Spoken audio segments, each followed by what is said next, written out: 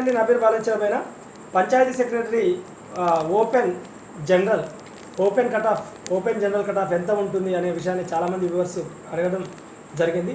అయితే కొన్ని questions already వేరే మిత్రులు అందియడం, అదేవిధంగా కొన్ని క్వశ్చన్స్ నేను జిఎస్ రూపంలో నాకు నాలెడ్జ్లో ఉన్న కాడికి 62 క్వశ్చన్ల వరకు నేను రాసి చెప్పడం జరిగింది. ఇలాంటి క్వశ్చన్స్ అన్నీ చూసుకొని వాటికి ఆన్సర్స్, సరైన ఆన్సర్స్ నేను కూడా గత వీడియోలో 2-3 క్వశ్చన్లకు ఆన్సర్ తప్పుగా ఇవ్వడం కూడా కింద కామెంట్లలో మీరు సరైన ఆన్సర్లు అందించడం సంతోషం. అయితే ప్రధాన విషయం ఏంటంటే పంచాయతీ సెక్రటరీ కట్ ఆఫ్ వచ్చేసి 95 నుండి 105 ఉండే అవకాశం ఉంది. 95 మార్కుల నుండి 105 మార్కుల మధ్యన జనరల్గా 31 జిల్లాలలో, అన్ని జిల్లాలలో జనరల్ కట్ ఆఫ్ అయితే ఇది.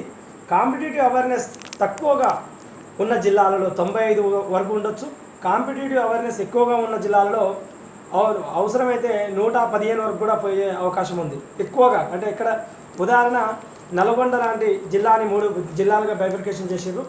నల్గొండ జిల్లాలో 3 జిల్లాలకు బైఫర్కేషన్ చేసిన అనంతరం సూర్యాపేట జిల్లాలో ఎక్కువగా కాంపిటేటివ్ అభ్యర్థులు అక్కడ అటువైపు ఎక్కువగా ఉండే అవకాశం ఉంది. కాబట్టి అలాంటి జిల్లాల్లో 115 ఓపెన్ కట్ ఆఫ్ ఉండే అవకాశం ఉండే పరిస్థితులు కనిపిస్తున్నాయి.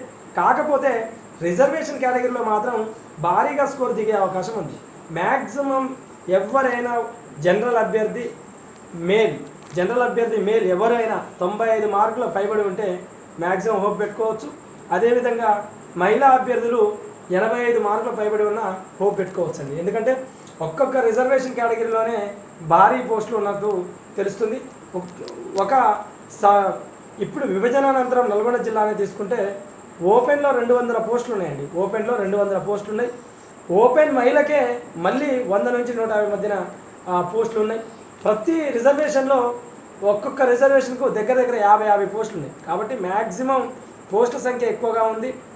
మైనస్ మార్కులు ఉండడం, అదేవిధంగా జిల్లాల వెరిఫికేషన్, కొత్త పేపర్కు టైం తక్కువగా ఉండడం, ఇలాంటి అన్ని అంశాలను కులంకుశంగా చర్చించినాక జిఎస్ పేపరు ఇన్ టైంలో 60 నుంచి 40 మార్కుల వరకు, అంటే ఎక్స్ట్రాడినరీ పర్సన్స్ ఎవరైనా ఉంటే 60 చేస్తారు, ఒక్కరో ఇద్దరు 60 మాత్రం.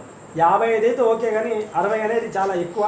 కానీ కొంతమంది గిఫ్టెడ్ మైండ్స్ ఉంటారు కాబట్టి వాళ్ళు ఒకరిద్దరు చేయొచ్చు, పెద్ద ఆశ్చర్యపోవడం అవసరం లేదు.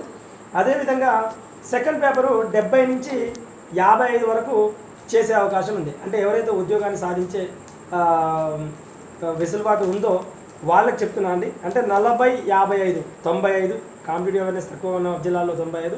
అదేవిధంగా కాంపిటేటివ్ అవేర్నెస్ ఎక్కువగా ఉన్న జిల్లాల్లో మాత్రం 115 వరకు కట్ ఆఫ్ ఉండొచ్చు.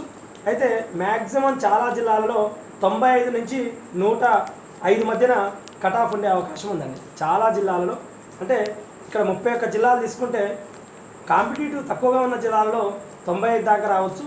కాంపిటేటివ్ ఎక్కువగా ఉండి పోస్టులు తక్కువగా ఉన్న జిల్లాల్లో 115 వరకు పోవచ్చు.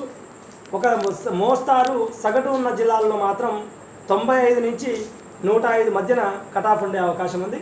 ఇక స్కోరు ఎవరు చేసినా 95 పైబడి ఉన్నటువంటి ప్రతి జనరల్ మేల్ అభ్యర్థి, 80 వరకు ఉన్నటువంటి ఫీమేల్ అభ్యర్థులు, బీసీఏ ఫీమేల్ లాంటి అభ్యర్థులు, లేకపోతే ఎస్టీ ఫీమేల్ లాంటి అభ్యర్థులు వాళ్ళు దాదాపు ఎంత స్కోర్ చేసినా వాళ్ళకు మ్యాక్సిమం వాళ్ళ కోటాలో జాబ్ దక్కే అవకాశం ఉందండి.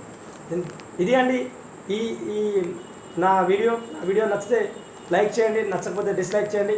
మీ డిస్లైక్ని కూడా ఒక విమర్శనాత్మక కోణంలో తీసుకొని మరిన్ని మంచి వీడియోలు ముందుకు తెచ్చే ప్రయత్నం చేస్తా. కానీ ఎవరైతే నా వీడియోలు సబ్స్క్రైబ్ చేసుకోలేదో, ఇంకా ఎవరైతే ఇంతకుముందు నా జిఎస్ పేపర్ని, అదేవిధంగా కొన్ని క్వశ్చన్లు మిత్రుడు సంగారెడ్డి నుంచి పంపించినటువంటి మిత్రుని క్వశ్చన్స్ సెకండ్ పేపర్ సంబంధించి 50 క్వశ్చన్స్ ఉన్నాయి. ఆ 2 వీడియోలు చూసుకొని కొంత మీకు ఒక క్లారిటీ తెచ్చుకొని మీరు ఏ పరిధిలో ఉన్నారో చూసుకోండి.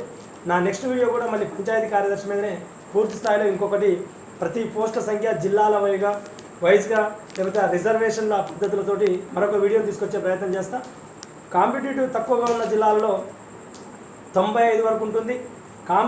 కాంపిటీషన్ ఒక మోస్తారుగా ఉన్న జిల్లాలలో 95 నుంచి 105 మధ్యలో ఉంటుంది. కాంపిటీషన్ ఎక్కువగా ఉన్న జిల్లాలలో 115 వరకు కూడా కట్ ఆఫ్ ఉండే అవకాశం ఉంది. ఉంటా అండి, మీ బాలాజీ చిరబోయిన.